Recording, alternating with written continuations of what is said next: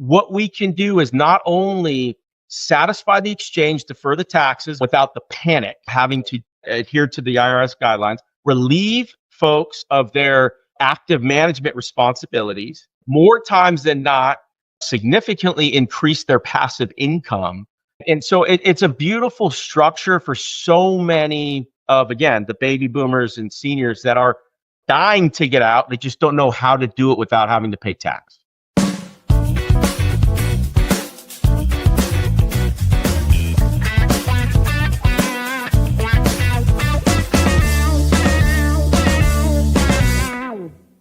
Good morning, great morning, guys. Welcome to another fabulous episode of Exit Strategies Radio Show. Hey, I'm your host, Corwyn J, Melette, broker and owner of Exit Realty Locums Group in beautiful North Charleston, South Carolina.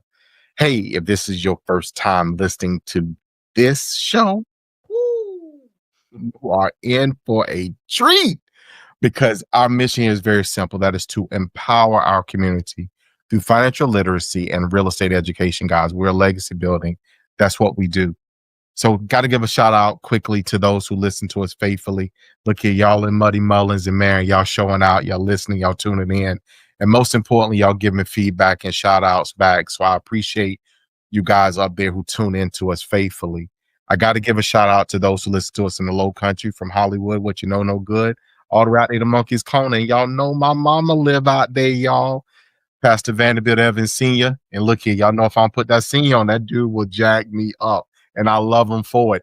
And look here, his beautiful wife, Elder Evans. Thank you guys for tuning in so much.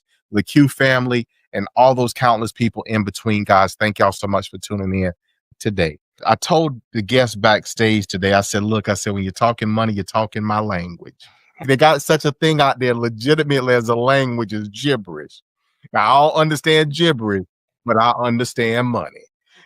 We have with us none other than Mr. Ben Carmona. Now, Ben is the managing partner with Perch Wealth. And look here, I love the name of the company because that means that you sitting on a pile of it. Does that make sense? Yeah. Y'all saw that right there, right? So we have none other than Ben with us today, and he's going to talk to us about strategies. So this is what I want y'all to do, guys. Look, I always ask it. Many of you comply. But today, if you have not been complying, I need you to get in order because we're going to be talking about some great things. I want you to get a pad. I want you to get a pen. I want you to be ready to take some notes. And I want you to remember this guy because this is the guy that you're going to want to talk to. So, Ben, how are you doing today? I'm doing great. I know why you have a big following. The energy you bring to the table, I love it. It's good to be here. Thank you. I appreciate you taking time out your busy schedule, God, to be here with us today. From the bottom of my heart, man, I really appreciate it because I know what it takes to make these appearances. But what I will tell you and start with is, Ben, thank you for what you're going to drop on our folks today. And I'm going to ask you right now to start dropping. So first question I got for you, tell our listeners who you are, high level, and what it is that you do. Sure. Again, thank you. Great to be here. I'm a financial advisor, but I'm not your typical financial advisors that's doing stocks and bonds and mutual funds and annuities, insurance. I've lived all we do is we're involved in real estate syndications. It's all I've done for 20 years. And a lot of our business is really on the 1031 exchange front. I'll stop there. I try to keep it high level, Corwyn. I get in the weeds sometimes. You got to whip me and get me back into shape.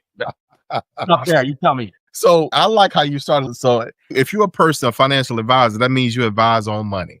You advise on finances. I mean, That's the name. That's the title of it right there. So what got you into this space? Like, what was it that kind of drew you into this particular arena or realm?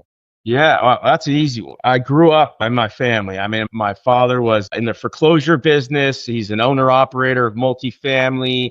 Now he's a private lender on commercial real estate. So, I mean, at 6 years old, I was doing BPOs, still remember that term, brokers, price opinions. I was in the car driving around and I fell in love with what he did. I mean, we'd go to the rough areas in like LA and I was just like amazed and intrigued. And so I always had a passion for real estate and investments and lending. And I went to school for it and I ended up in this niche industry, but I'll stop there and before I get ahead of myself. No, you're perfectly fine. Yeah. So that is awesome. Look, so parts of LA that I can imagine you probably got some stories. Now, what I'll ask you next, though, Ben, obviously this arena, this space, this realm, if you will, has afforded you some tremendous opportunities to help people in creating what is a part of your company's name, which is wealth. So first, you talked about 1031. So, our folks that are seasoned has been listening to us. They know or may remember what they are, but I'm gonna ask you to define what a 1031 is, that type of transaction. If you could define that for our listeners. Sure. And I just have to, before I hit that, I have to tell you, you're among few perch. You recognize a higher elevated view, if you will. I've had so many people go, why'd you name your company after a fish? It's not after a fish. Come on. That's position. You're positioning well. Positioning, right. A higher moral and ethical high ground and better understanding of the landscape that we're in. 1031 exchange. 1031 exchanges are, I would say, the most powerful tax mitigation or tax vehicle in the code itself. 1031s have been around for over 100 years. And essentially, the IRS is giving us the opportunity, blesses us with the opportunity to defer paying taxes on the gains upon selling your investment property, right? So you own investment property, you sell it. You can defer paying the taxes associated with the gain as long as you use the proceeds to buy other like kind, is what they say, investment property. So you could sell a parcel of land and buy a hotel. You could sell a multifamily rental property and buy manufactured housing. It's just investment property for investment property. And if you do so, and there's guidelines, of course, if you do so, you don't have to pay any taxes. And that's the reason why so many wealthy business owners, I mean, just people in general, are in real estate, because the 1031, Corwyn, you buy $1 million or $500,000 or whatever, $250,000 property 10 years ago, it's worth $1 million today. You sell it, you do an exchange, you buy a $2 million property, and on and on and on. So by the time, you pass, maybe you got $10 million worth of real estate. And when you pass, all the taxes that you've deferred all the way along, they get wiped out. You get a step up in cost basis, and your children or beneficiaries inherit those assets for $10 million. And so it's a beautiful thing. Let's take a short break. Do you remember your grandma's front porch? That spot where stories were told, kisses were stolen, and sweet tea was always being sipped. Now imagine giving your family a place to make those same memories, but in a brand new, energy efficient, and home that was built just for you. At Country Boy Homes, we help folks just like you find that forever feeling. Whether it's your first home, your next home, or we're done with rent forever, like seriously home. We specialize in affordable and durable manufactured and modular homes, the kind that make room for muddy boots, big dreams, and second helpings.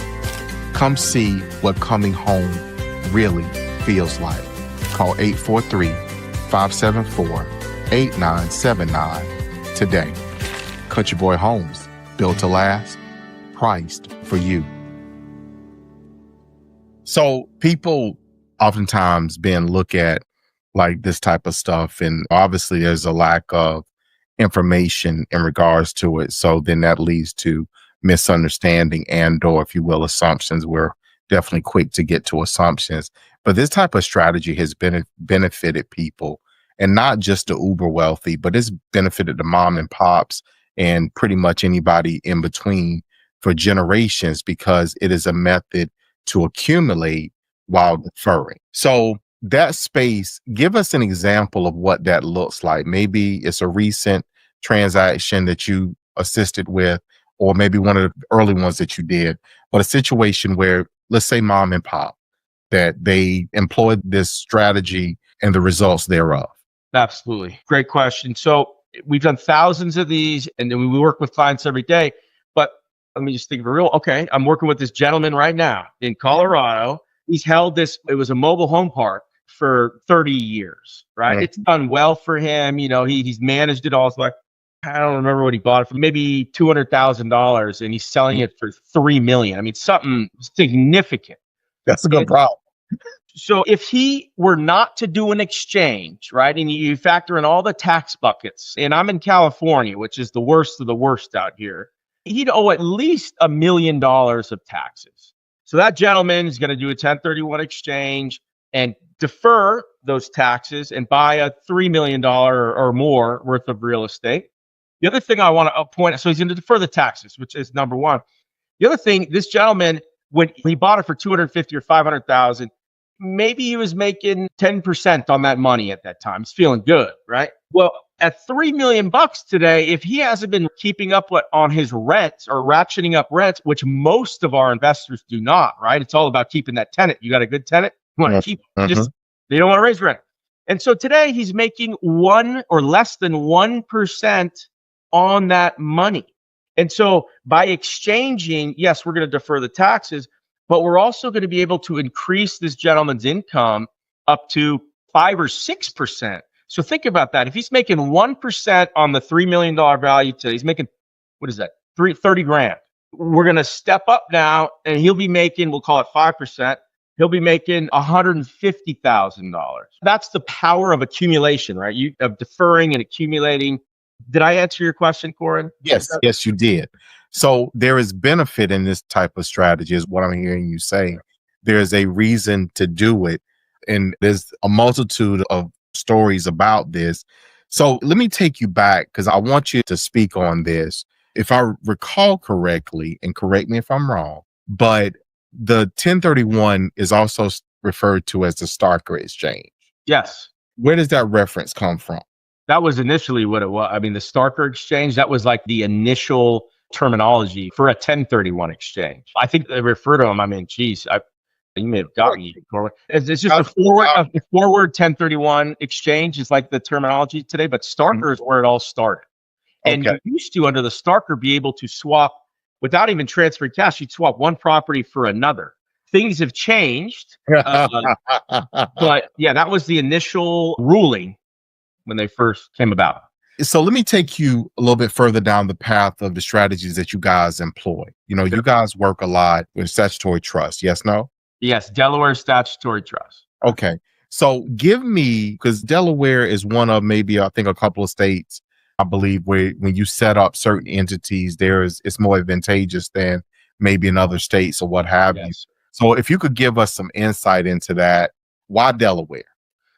Yeah, you said it. Delaware law is much more lenient or relaxed if open to vehicles, more so than the remaining 49 states. And so a lot of structures are actually formed, or entities are formed or enacted in Delaware.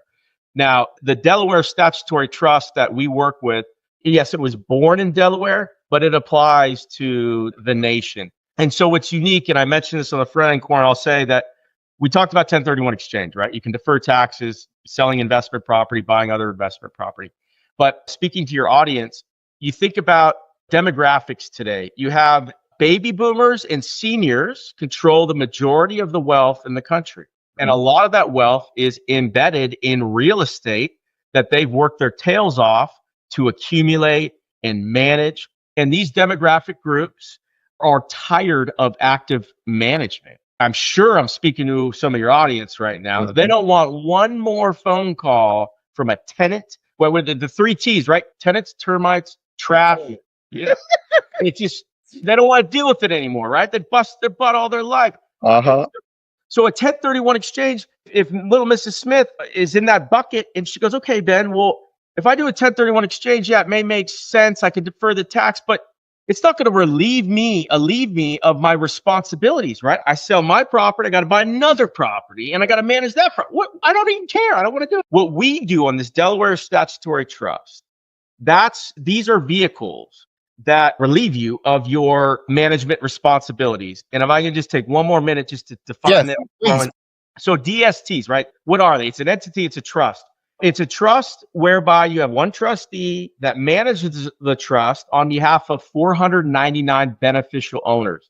So when you take this trust and you wrap it around real estate, it creates a fractionalized ownership situation, right? You have lots of investors owning one property. And they weren't set up for 1031 purposes when they were created in the 80s.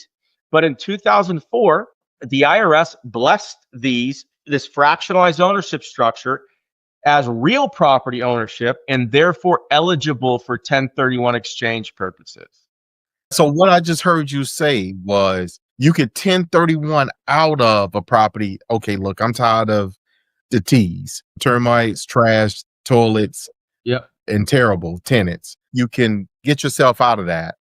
And you can then, through a 1031, invest into a Delaware Statutory Trust. Trust.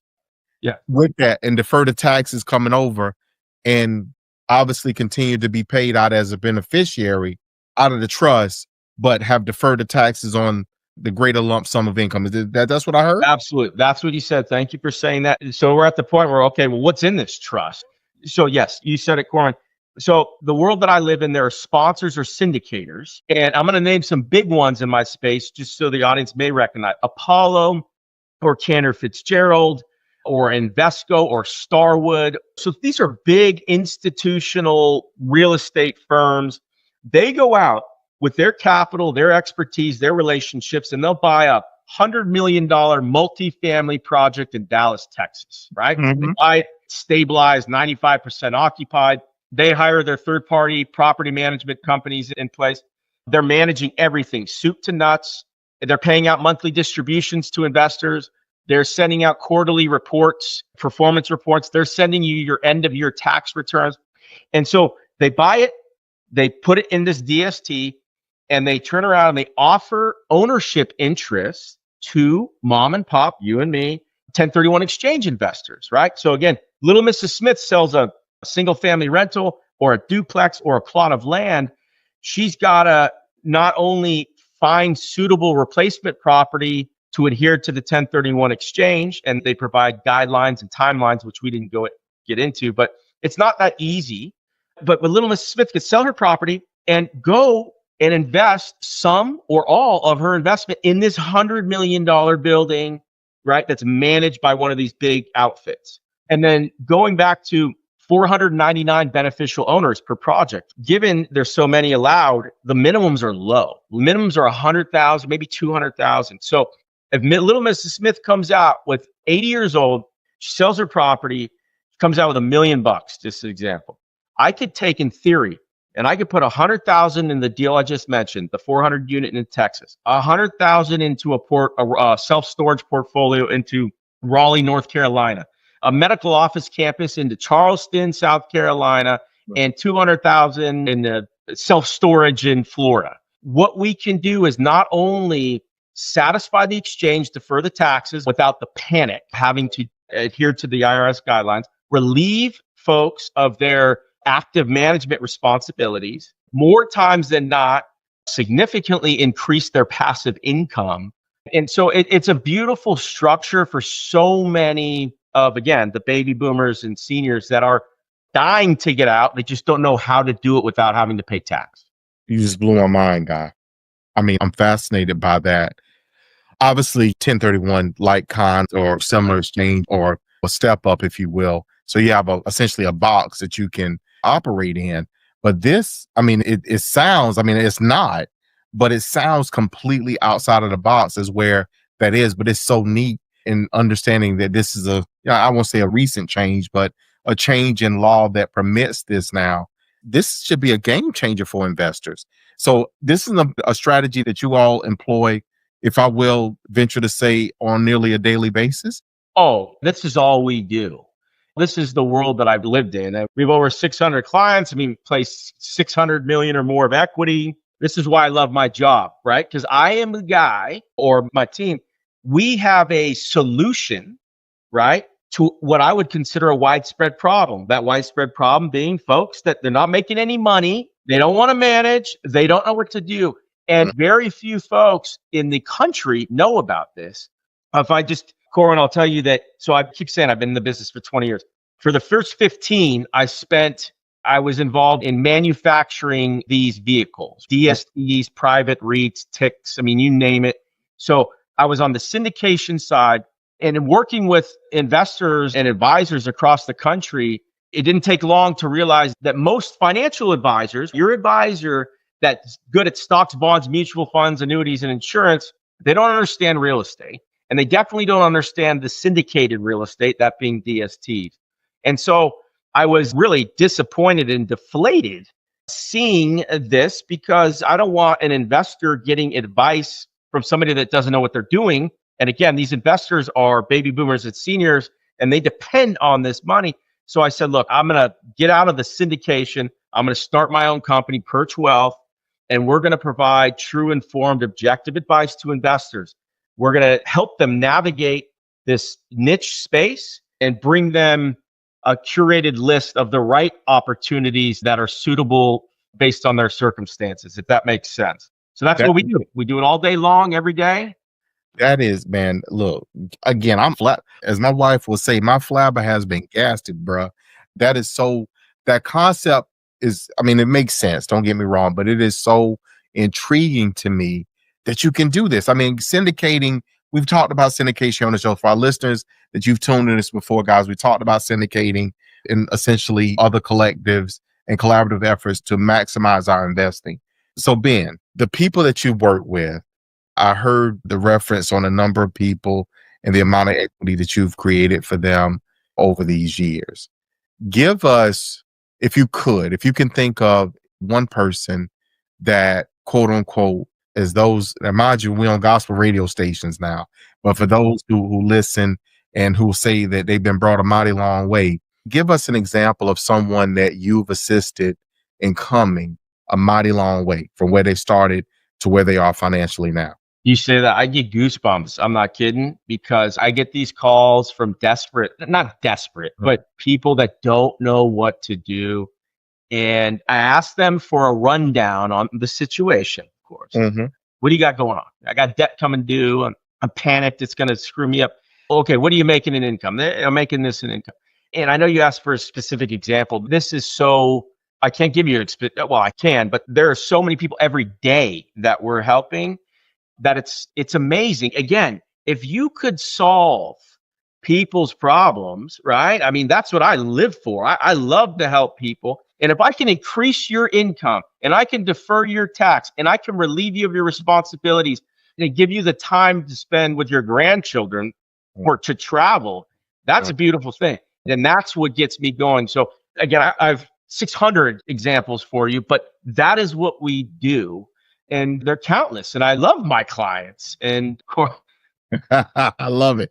So Ben, look, we have quickly gotten to the end of today's show, but I want to ask you this, because obviously over this journey, you have obviously faced a lot of obstacles, overcome a lot of pitfalls, etc. And I'm fairly positive when you look back over it, there's probably a few times when you said, man, I wish I'd have known this at this point or this junction. So from where you are now, knowing what you know, if you could go back to the very beginning, what, if anything, would you have done different that you think would have had you much further than where you are now? Such a great question. Honestly, for me, I wish I would have gone out on my own sooner. I trusted in myself, trust in God, and I felt the fire. I was just hesitant. You're scared. You're worried. How am I going to make it work? Is this going to work? That's probably my biggest regret, is just sitting on the sideline, probably 3 years to more than I should have. That's what I'd say. So for the audience that is thinking about going on their own or making a move or embarking on another journey, you just got to go. If you feel it, you got to go. Look here. I love that. One of the things that we are always talking about here is the lead. Just, okay, we got to go. We got to do it, because sitting will not change our position at all. So Ben, I want to thank you, my guy. Thank you so much for taking time out to be on with us today. You have been a wealth of information and an amazing resource. And I want you to be a resource to our listeners. So if you don't mind, please, let's get your contact information out there. How can people find you, reach out, get in contact with you? Absolutely. No, it's been a pleasure. Really, Corwyn, thank you so much. So our website is www.perchwealth.com, PERCH wealth.com. We have 10 advisors on the team, but I also give out my cell phone number, and I will get back to you. It may not be in that day, but it's 818-269-4972. Again, 818-269-4972.